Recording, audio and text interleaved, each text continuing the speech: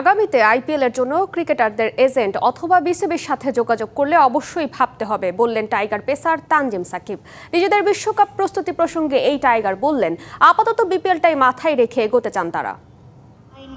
And 20 lakh KKR Mustafizur Rahman is yours.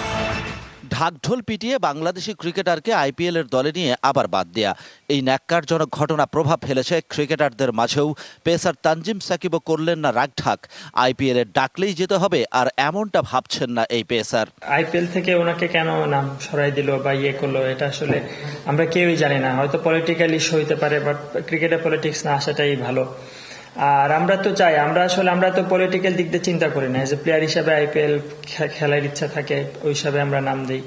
So next year যদি এজেন্টের সাথে কথা বলে বা দেশে যারা আছে তাদের সাথে কথা বলে আমরা নাম দিব বা নাম দিব না। বোর্ডের যে বিষয়টা, অবশ্যই বোর্ড তো এই কাজই করবে, প্লেয়ারদেরকে তারা আগলে রাখবে, এটাই বোর্ডের কাজ আসলে।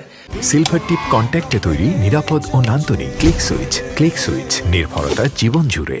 সো এখানে বোর্ড অবশ্যই তাকে সাপোর্ট করবে এবং সাপোর্ট করেছে, যেটা খুবই অ্যাপ্রিসিয়েটেবল এবং এটাই বোর্ডের কাজ। টি-20 বিশ্বকাপের 10 আসরের জন্য ঘোষণা করা হয়েছে বাংলাদেশ দল। ঘোষিত দলের সবাই ব্যস্ত আছেন বিপিএল নিয়ে। সাকিবও বললেন, আলাদা করে বিশ্বকাপ পরিকল্পনা শুরু হয়নি এখনো। আপাতত আমরা সবাই আসলে বিপিএল নিয়ে ফোকাসড আছি। বিপিএল কিভাবে ভালো মতো শেষ করা যায়, এখানে আসলে নিজের বেস্টটা দিলে সেটা আলটিমেটলি ওয়ার্ল্ড কাপের জন্য ভালো হবে এবং এটা একটা অনেক ভালো একটা জায়গা প্রিপারেশনের জন্য। তো এখন আপাতত সবাই বিপিএল নিয়ে ফোকাসে আছেন। বিপিএল শেষ হলে হয়তো আমরা আবার ওয়ার্ল্ড কাপ নিয়ে প্ল্যান করব। আইপিএল থেকে মুস্তাফিজকে বাদ দেয়ায় সৃষ্ট অস্থিরতা স্পর্শ করেছে বিশ্বকাপকেও। তানজিম সাকিবরা সেসব কিছু নিয়ে মাথা ঘামাচ্ছেন না, তাদের লক্ষ্য একটাই, বিশ্বকাপে ভালো করা। Shahan Papon, DBC news, Sylhet.